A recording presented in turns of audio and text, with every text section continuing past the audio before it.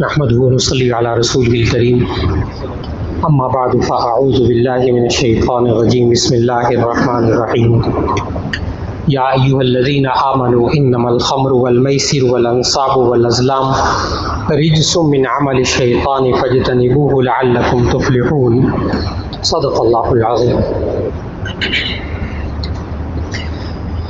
اللہ رب العزت نے ہمیں نبی کریم صلی اللہ علیہ وسلم کے ذریعے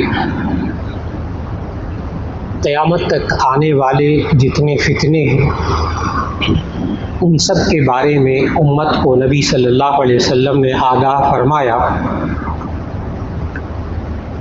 ان فتنوں کا تذکرہ کرتے ہوئے کہ کون سے فتنے ہیں اور ہمیں کس طرح ان فتنوں سے بچنا ہے، نبی کریم صلی اللہ علیہ وسلم نے وہ ہدایات بھی عطا فرمائی۔ اللہ تعالیٰ نے قرآن مجید میں بھی ہمیں سمجھایا۔ ان فتنوں میں سے خاص طور پر دور جدید کا فتنہ ہے اور وہ ہے منشیات، نشہ آور چیزیں استعمال کرنا۔ نبی کریم صلی اللہ علیہ وسلم نے ایک حدیث میں جو قیامت کی نشانیاں بتائی تھیں کہ آخری زمانے میں لوگ 15 فتنوں میں مبتلا ہوں گے۔ ان فتنوں میں سے ایک فتنہ یہ تھا کہ اتخذ الخمر، کہ شراب عام ہو جائے گی، نشے کی چیزیں عام ہو جائیں گی۔ ایک وقت ایسا آتا ہے امت پر اس فتنے والا کہ نوجوان طبقہ، خاص طور پر نوجوان بچے اور بچیاں اپنی تعلیم کے دوران اس فتنے میں مبتلا ہوئے اور ماں باپ کے لیے ان کو سنبھالنا بڑا مشکل ہو رہا ہے۔ اسی طرح وہ لوگ کہ جو پریشانی کے حال میں سکون کی تلاش چاہتے ہیں، ڈپریشن میں رہتے ہیں، ادویات استعمال کرتے ہیں، اگر ڈاکٹر کی ہدایات کے مطابق استعمال کریں تو شریعت اسے جائز قرار دیتی ہے، لیکن خود ادویات نشے کی استعمال کر کے انسان سکون تلاش کرتا رہے، یہ بھی آج ہمارے معاشرے کا ایک بہت بڑا المیہ ہے، اور تمام ڈاکٹر حضرات اس کو نقصان دہ قرار دیتے ہیں انسان کے لیے۔ نبی کریم صلی اللہ علیہ وسلم جس معاشرے میں تشریف لائے تھے وہ معاشرہ بھی بہت زیادہ نشے میں مبتلا تھا، یہاں تک کہ ان کے گھروں کی جو محفلیں ہوتی تھیں، مہذب محفلیں، ان کے اندر نشہ عام تھا، اور بڑے فخر کے ساتھ بڑے بڑے شعراء، بڑے بڑے ادیب جن کا کلام آج بھی دور جاہلیت کا ملتا ہے، دیوان متنبی میں، دیوان حماسہ میں، وہ لوگ نشے کے بارے میں باقاعدہ اشعار کہتے تھے، اس کی تعریفیں کیا کرتے تھے، اس پر غزلیں اور نظمیں کہا کرتے تھے۔ بھرا پڑا ہے عربی ادب اس دور کا جس دور میں نبی صلی اللہ علیہ وسلم تشریف لائے، اور یہ ایک بہت ہی خطرناک بات ہے کہ کسی معاشرے میں کسی گناہ کا فیشن ہو جائے، یعنی لوگ اس کو برا ہی نہ سمجھیں بلکہ معاشرتی اسٹیٹس سمجھنے لگے۔ کیا ایک ایسا وقت اسلامی جمہوریہ پاکستان میں بھی آنا تھا کہ بڑے بڑے اہم ہوٹلوں میں، بڑی اہم دعوتوں کے اندر بغیر نشے کے اسٹیٹس ہی مکمل نہیں ہوتا۔ یہاں تک کہ ان بڑے ہوٹلوں کے جو بیچارے ویٹرز ہوتے ہیں، جو دیندار ہوتے ہیں، وہ آ کر سوال کرتے ہیں کہ جی کیا کریں، ہم جاب کریں کہ نہ کریں، ملازمت کریں کہ نہ کریں، ہمیں یہ بھی سرو کرنا پڑتا ہے، ہماری ڈیوٹی میں شامل ہے۔ یہ مسلمانوں کے ملک کے حالات ہیں۔ بیرون ملک تو بہت عجیب و غریب حالات، خود ایک اسلامی ملک کے یہ حالات ہوتے ہیں۔ نبی کریم صلی اللہ علیہ وسلم نے اللہ تعالیٰ کی ہدایات کے مطابق پھر اس معاشرے کو کیسے نشے سے دور کیا، منشیات سے کیسے دور کیا۔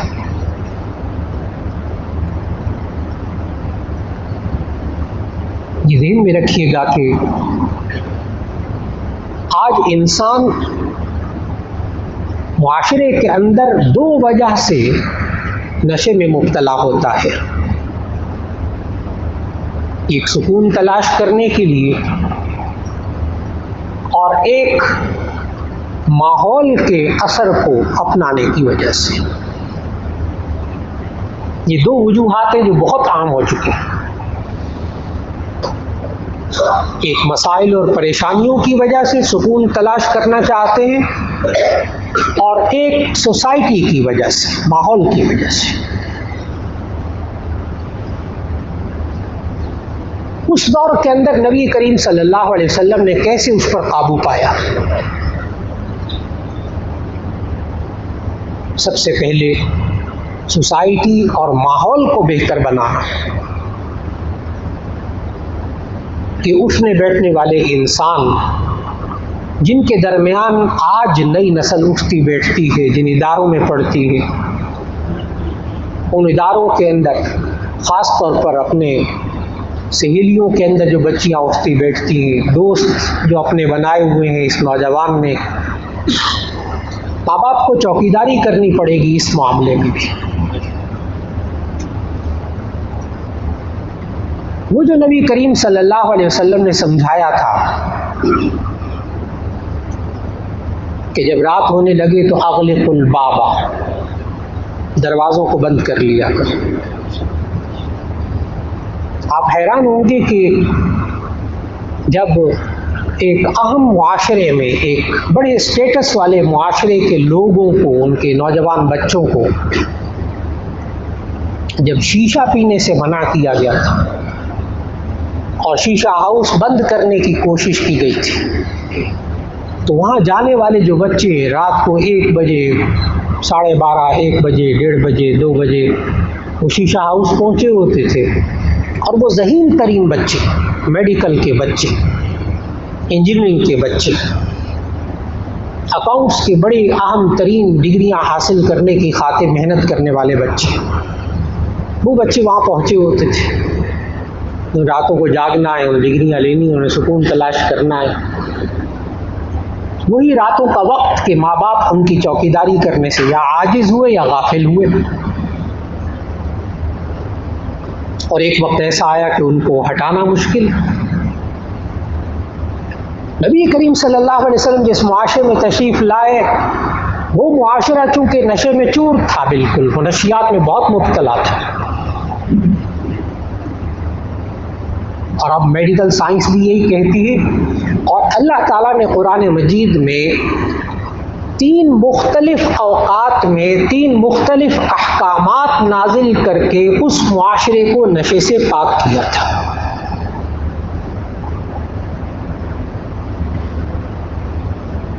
پہلی آیت سورۃ البقرہ کی نازل ہوئی،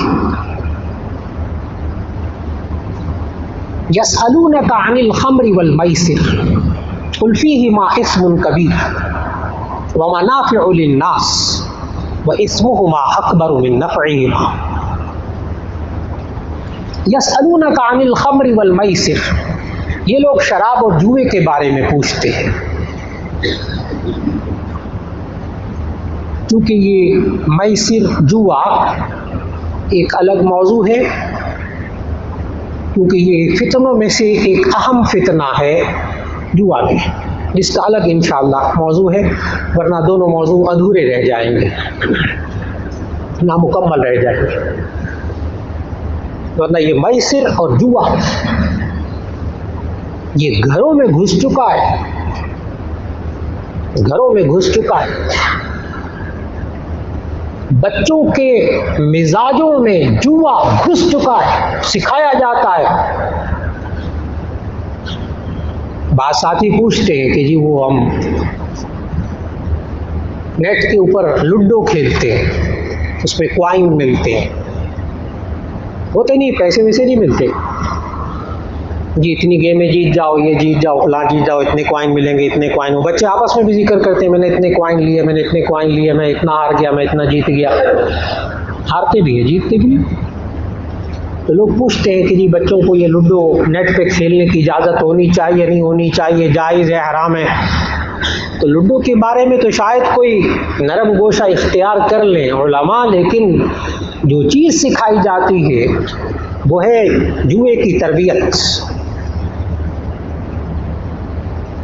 یہ لوڈو کھیلنے والے نیٹ کے اوپر چھوٹے چھوٹے بچے یہ جوئے کے ماہر ہوتے ہیں، ماہر اور بنائے جاتے ہیں ان کو جوئے کا۔ اسی الگ موضوع ہے، یہ الگ موضوع ہے، اس کے اوپر انشاءاللہ اور نشستوں میں بات ہوگی۔ اس وقت جو عرض کر رہا ہوں وہ یہ کہ پہلی آیت یہ نازل ہوئی کہ یسألونک عن الخمر والمیسر، یہ لوگ شراب اور جوئے کے بارے میں پوچھتے ہیں۔ قل فیہما اسم کبیر، آپ کہہ دیجئے اس میں بڑا گناہ ہے۔ ومنافع للناس، اور اس میں لوگوں کے لیے بہت فائدے ہیں۔ یہ اللہ بتا رہا ہے، یہ اللہ تعالیٰ کہہ رہا ہے منافع للناس، اس جوئے میں، شراب میں لوگوں کے لیے بہت فائدے ہیں۔ لہذا آج کا نوجوان لاکھ کہتا رہا ہے کہ نشے میں بہت فائدہ ہے۔ بعض نوجوان تعلیمی اداروں میں ایسے سامنے آتے ہیں جو کہتے ہیں کہ ہماری پڑھائی جو ہے وہ بس اوقات بہتر ہو جاتی ہے۔ نعوذ باللہ من ذالک۔ یہ انسان ذہن میں رکھیے گا، ابھی میں نے جس شیشے کا تذکرہ کیا اس کو شیشہ ہاؤس تک جانے والے راتوں کو کوئی بالکل ڈل نوجوان نہیں ہوتے، بیکار ذہنوں والے نہیں ہوتے، انجینئر بننے والے، ڈاکٹر بننے والے، بڑے ذہین ذہین طلباء پہنچے ہوئے ہوتے ہیں وہاں نشے کی جگہوں میں۔ لاکھ کہتے رہے کہ منافع للناس، اللہ تعالیٰ نے قرآن مجید میں کہا کہ شراب اور جوئے میں لوگوں کے لیے فائدے ہیں۔ اب سمجھانے کی بات کیا ہے نوجوان نسل کو؟ سمجھانے کی بات اگلا جملہ ہے، وَإِسْمُهُمَا أَكْبَرُ مِن نَفْعِهِمَا، ان کا جو گناہ ہے وہ ان کے فائدے سے زیادہ ہے۔ کاش کی بات سمجھ میں آ جائے، ان کا جو گناہ ہے وہ ان کے فائدے سے زیادہ ہے۔ انسان کو معاشرے کے اندر گناہوں کے اگر فائدے نظر آ رہے ہوں، بہت سے لوگ آپ کو ملیں گے جو انشورنس کے بیمہ کے فوائد آپ کو بتائیں گے، بیمہ کرو، بیمہ پالیسی لو، یہ فائدے، یہ فائدے، یہ فائدے، بیوہ کو فائدہ ہوگا، فلاں فائدہ ہوگا، آپ کے بچوں کو فائدہ ہوگا، فلاں فائدہ ہوگا۔ اب اس میں سود بھی ہے، جوا بھی ہے، بیمہ پالیسی کے اندر سود بھی ہے، جوا بھی ہے، بڑے فائدے بتائیں گے، فضائل بتائیں گے اس کے۔ اللہ بھی قرآن مجید میں کہہ رہا ہے کہ منافع للناس، بہت فائدے ہیں اس کے، لیکن وَإِسْمُهُمَا أَكْبَرُ مِن نَفْعِهِمَا، ان کا جو گناہ ہے وہ ان کے فائدے سے زیادہ بڑا ہے۔ یہ پہلی آیت نازل ہوئی جس میں اللہ تعالیٰ نے نشے سے لوگوں کو روکا۔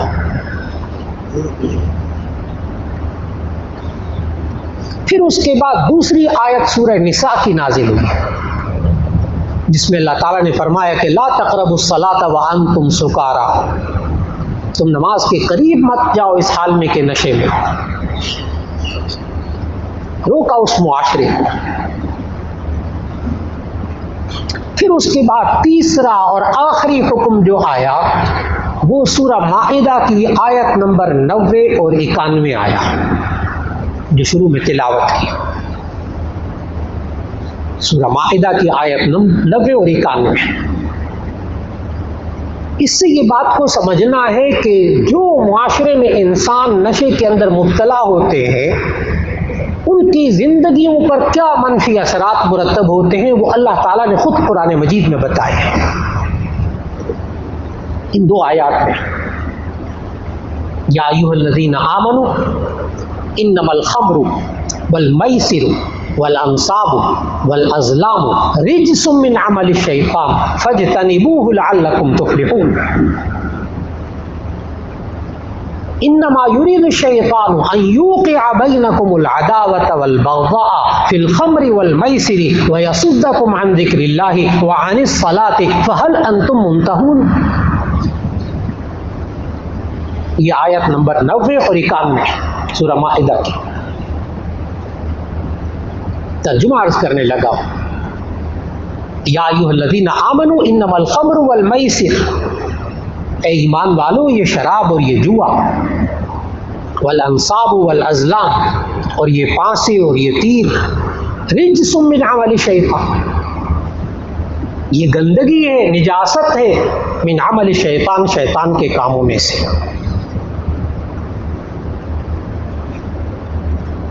ممکن ہے کہ اس معاشرے کے اندر بعض بہت پڑھے لکھے حضرات آپ کو ملے، قابل حضرات بظاہر، اور وہ آپ سے ایک سوال کریں کہ جناب قرآن میں کہاں لکھا ہے کہ شراب حرام ہے.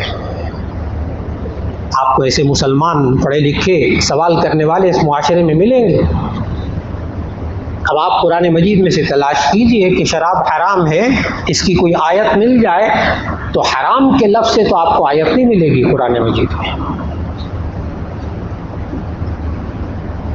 اللہ تعالیٰ نے اس کو رجس کہا اس آیت کے اندر. رجس کہتے ہیں ناپاکی کو، نجاست کو. ہو سکتا ہے کہ ایک چیز حرام ہو لیکن پاک ہو، لیکن ایک چیز نجاست ہو پھر حلال ہو، یہ ہو نہیں سکتا. اللہ تعالیٰ نے حرام سے بڑھ کر لفظ بولا، حرام سے بڑھ کر لفظ بولا کہ رجس من عمل شیطان، یہ شیطان کے کاموں میں سے گندگی ہے، نجاست ہے. ظاہر حرام بھی ہے.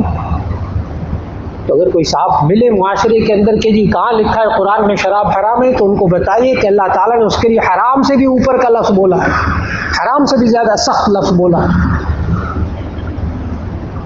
رجس من عمل شیطان، شیطان کے کاموں میں سے گندگی ہے. فاجتنبوہ لعلکم تفلحون، تم اس سے بچو تاکہ تم فلاح پا جاؤ، کامیابی پا جاؤ. معلوم ہوا کہ جو معاشرہ، جو گھرانہ، جو انسان نشہ آور چیزیں استعمال کرتا ہو وہ کبھی فلاح نہیں پا سکتا. یہ خالق نے کہا ہے قرآن مجید میں. ہوتا کیا ہے اس انسان کی زندگی میں کہ انما یرید الشیطان، اب اللہ تعالیٰ اس کے اثرات بتا رہا ہے.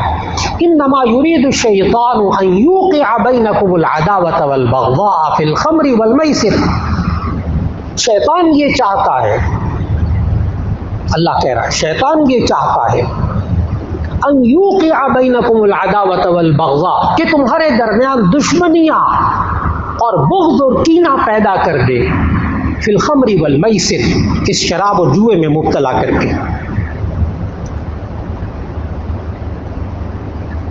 دوست کا دشمن ہو جاتا ہے اس صرف نشے کی وجہ سے. گھروں میں لڑائیاں، مار پیٹ یہ عام ہو جاتا ہے. ایک گھر کا فرد اس میں مبتلا ہو جائے، سارا گھر عذاب میں مبتلا ہو جائے. یہ اللہ تعالیٰ نے قرآن مجید میں پہلے سے بتا دیا تھا.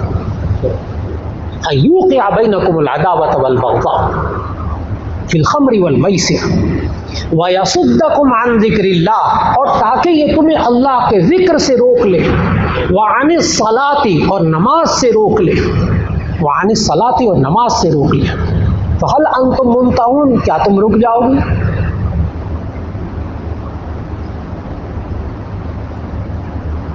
یہاں اللہ تعالیٰ نے خاص بات بتائی کہ یہ نشہ انسان کو نماز سے بھی روکتا ہے. اس کی وجہ آپ ذہن میں رکھیے گا، قرآن مجید کی ایک آیت سے یہ بات معلوم ہوتی ہے. سورہ نحل کی آیت ہے جس سے آپ کو سمجھ میں آئے گا کہ یہ نشے کا نماز کے ساتھ کیا ذکر ہوا. یہاں اللہ تعالیٰ نے سورہ نحل میں ارشاد فرمایا ان الصلاۃ تنہا عن الفحشاء والمنکر، بے شک نماز انسان کو بے حیائیوں اور برائیوں سے روکتی ہے۔ نشہ جو ہے یہ انسان کو برائیوں اور بے حیائیوں کی طرف لے کر جاتا ہے۔ بے حیائی کو بھی سمجھ لیجئے گا ذرا تھوڑی سی، تاکہ سمجھ میں آئے۔ ہمارے یہاں بے حیائی عام طور پر کہتے ہیں بے لباسی وغیرہ کو۔ یہ بے لباسی وغیرہ سے لفظ حیا کا، بے حیائی کا تصور مکمل نہیں ہوتا۔ امام راغب رحمہ اللہ نے حیا کی جو تعریف کی ہے اس کو ذہن میں لائیے تو پھر سمجھ میں آئے گا کہ نشے سے کیا بے حیائی پیدا ہوتی ہے۔ امام راغب رحمہ اللہ نے مفردات القرآن میں حیا کا مطلب لکھا انقباض النفس عن القبیح، انقباض النفس عن القبیح، برائی کے بارے میں، بری بات کے بارے میں انسان کے دل کے اندر جو رکاوٹ ہوتی ہے اسے حیا کہتے ہیں۔ کسی بری بات کے بارے میں، کسی گناہ کے بارے میں انسان کے دل کے اندر جو رکاوٹ ہوتی ہے اس کو حیا کہتے ہیں۔ جب وہ رکاوٹ اٹھ جاتی اسے بے حیائی کہتے ہیں۔ اس لیے نشے میں مبتلا شخص یہ جب بے حیائی میں مبتلا ہوتا ہے یعنی گناہ کو گناہ ہی نہیں سمجھتا،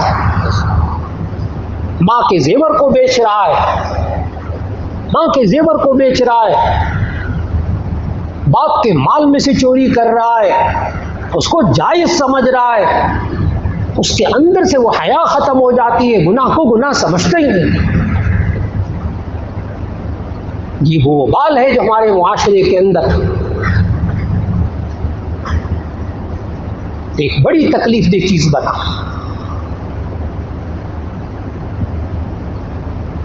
وہ ڈاکٹر حضرات جو کہ منشیات کے عادی لوگوں کا علاج کرتے ہیں، ماہر نفسیات ہوتے ہیں، اب یہ بھی ایک بہت بڑی سائنس بن چکی ہے۔ جب ماں باپ کے نوجوان بچے اور بچیاں جب یہ نشے کے راستے پر چل پڑتے ہیں، پھر ماں باپ کو اللہ تعالیٰ جب ہدایت دیتا ہے وہ ان کا علاج معالجہ کراتے ہیں ان ڈاکٹروں کے پاس جا کر۔